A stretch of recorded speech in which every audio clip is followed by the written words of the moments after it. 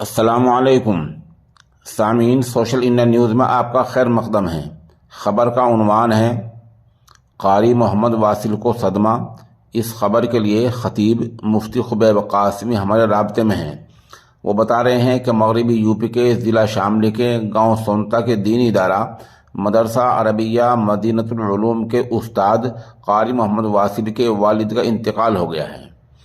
والد کا نام ہے محمد محمود، جو گاؤں سیجوڑ قصبہ نانوتہ کے پاس کے رہنے والے تھے۔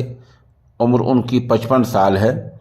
خبر میں بتایا گیا ہے کہ وہ یرقان اسود کالا پیلیا مرض کے شکار ہو گئے تھے۔ تدفین تقریباً 1 بجے ہوگی۔ تمام ناظرین اور سامعین سے دعا کی درخواست ہے۔